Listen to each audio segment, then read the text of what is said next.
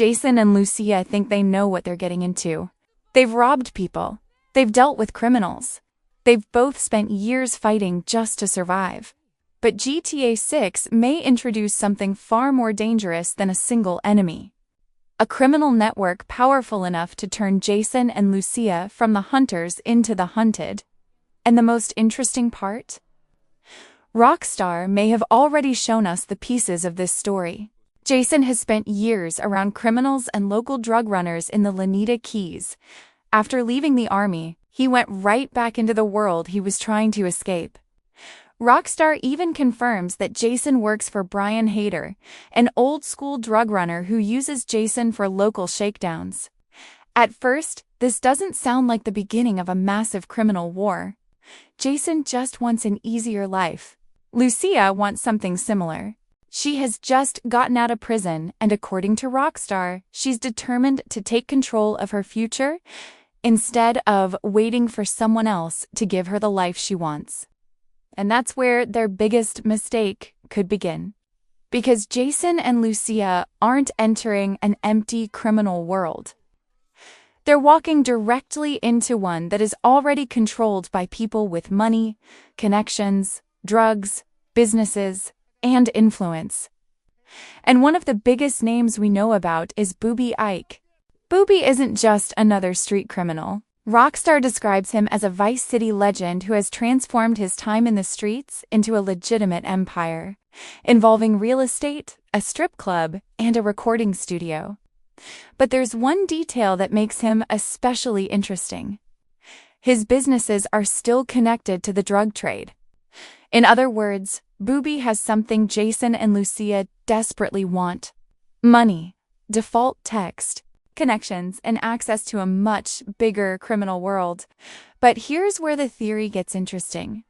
What if Jason and Lucia don't become powerful by defeating this criminal network? What if they become powerful by working for it? Think about it. Jason already has experience with drug runners. Lucia has experience surviving prison and knows exactly how dangerous people can be. Together, they're almost the perfect pair for high-risk jobs. And GTA 6 is already being described by Rockstar as a story where the two become caught in a criminal conspiracy stretching across the entire state of Leonida.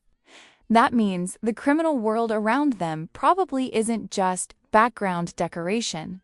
It could be the engine driving the entire story. And there's another character who makes this even more suspicious: Raul Bautista. Rockstar describes Raul as an experienced bank robber, and his presence introduces another side of the criminal world: professional, organized crime rather than small-time street hustling.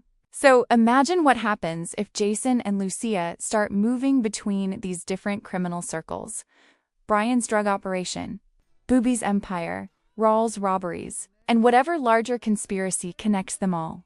At some point, somebody is going to want control. And that's where the gang theory comes in. We still don't know the name of the organization that could become Jason and Lucia's biggest enemy. Rockstar hasn't officially revealed a single main gang as the game's final antagonist. But that's exactly what makes this theory interesting. The most dangerous enemy might not be one person. It could be an entire network. A group that has money coming through drugs, businesses, weapons, and organized crime. And if Jason and Lucia start stealing from the wrong people, exposing the wrong secrets, or simply becoming too successful, that network has every reason to eliminate them, because Jason and Lucia don't need to conquer Vice City to become a threat. They just need to become unpredictable. And Rockstar has already told us something extremely important. When their easy score goes wrong, Jason and Lucia find themselves in the middle of a criminal conspiracy and are forced to rely on each other if they want to survive. So maybe the real story of GTA 6 isn't about two criminals trying to get rich. Maybe it's about two people climbing through a criminal empire, only to discover that the higher they climb, the more powerful the people waiting to destroy them become. And if that's true, the gang that destroys Jason and Lucia might not be the one with the biggest guns. It might be the one controlling the money behind everything. Because in Vice City, you don't have to kill someone to destroy them. Sometimes you just have to take away everything they thought they controlled.